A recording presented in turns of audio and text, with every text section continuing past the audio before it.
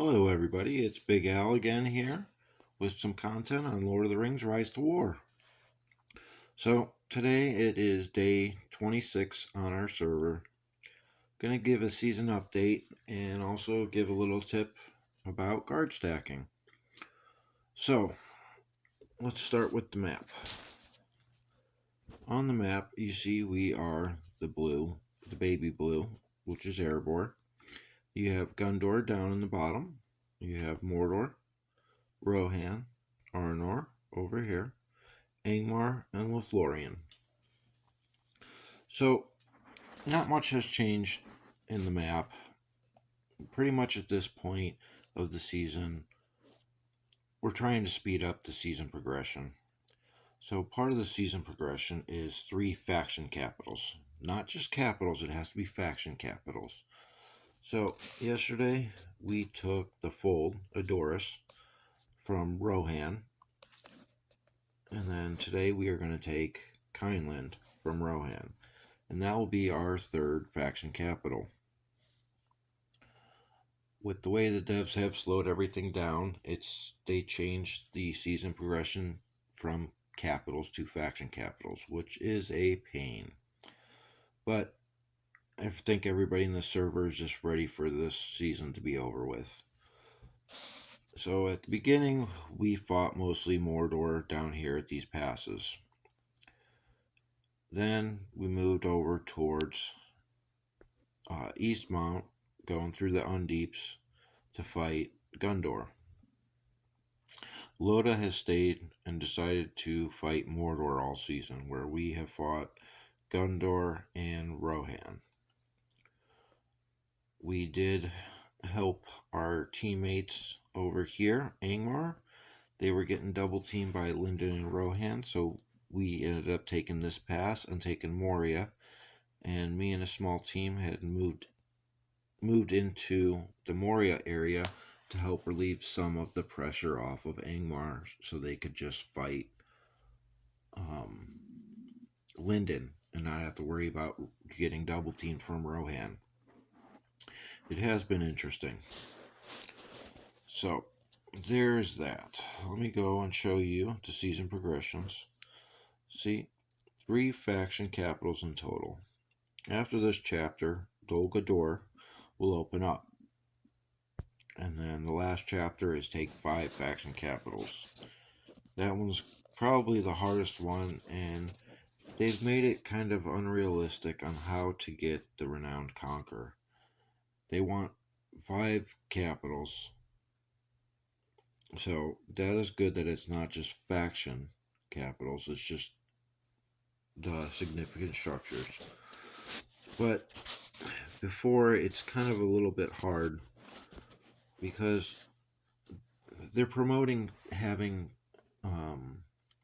mega teams go in to these servers and just dominate and roll over everybody. And that's no fun for the little guys. I mean, think about it. You kill enough of the little guys, they get tired of fighting all these krakens. They're going to end up quitting the game. So it's not a good idea. I did put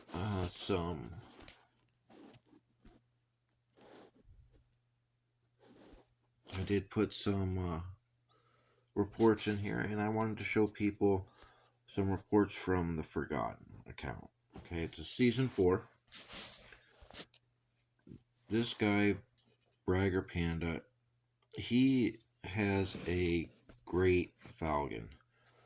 The only problem I have with his Falcon is before the September 25th update, Falcon's skill set was based off of Commander Defense, which it is not anymore. And he is very strong on Commander Defense, as you can see. Zenith 2 Falcon is still very good. He's got a very upgraded relic, which is one of the best relics in the game for a tank. So, as you see, Forgotten is a lot smaller. He's got a Zenith there. He's got a Zenith 1 Dane, R11 Thorin, R10 Gimli with relic. Well, see? Respect 2. Respect 4 Gandalf. Respect 4 Dwalin. And respect 5 Aragon. So he completely outweighs me with gear, commanders, and everything. But as you can see, I still caused a draw with Forgotten. This guy, Alex, which is also my name, is Alex. Um, he has a good formation here. You know, they're all R10 and above, and he's got the relics for a couple of them. And I've noticed he decided to put all his gold gear into his relics instead of on his commanders. As you can see, there's only 3 pieces of gold items on his commanders, which is definitely a different way to go. Not many people go that way. But again, you see my formation, and I caused a draw. He completely outweighs me. So even the small guys can be effective. As long as you have a good formation, it's built right, you have the right kind of gear. It doesn't have to be the best. As long as it's the right kind of gear, you can make a difference. And here's another guy. You know, he has a lot higher respect, a lot better gear than me. And I'm causing a draw. And I actually won this fight just by a little bit. He probably won the resource battle because he's using all small units and I got a bunch of T4s. But I'm adapting because I'm a smaller, that's a smaller count. Now here's the guy with the big Falcon. He wasn't quite full. He was about 85% or so. But with my main, caused a draw, but it's pretty much even fight. Go to Alex again with my main. See, me and him are completely neck and neck. This is my B team, which I've been putting a lot of work into this season, with Falcon leading charge. And I'm actually quite impressed with this. He has the counter from his horses. I'm running all small units. And I still took a little bit more than half of his damage, and I caused a draw. And then this guy, Dragon, me and him have been fighting a lot. Talked to him, pretty nice guy. So this is probably the best result I have gotten against him. Usually it's a little bit closer where he has 2,500 or 3,000 and I'm about 4,000. But this is the one I found. And this guy took a big break from the game when version 2.0 started. You know, he's got decent gear.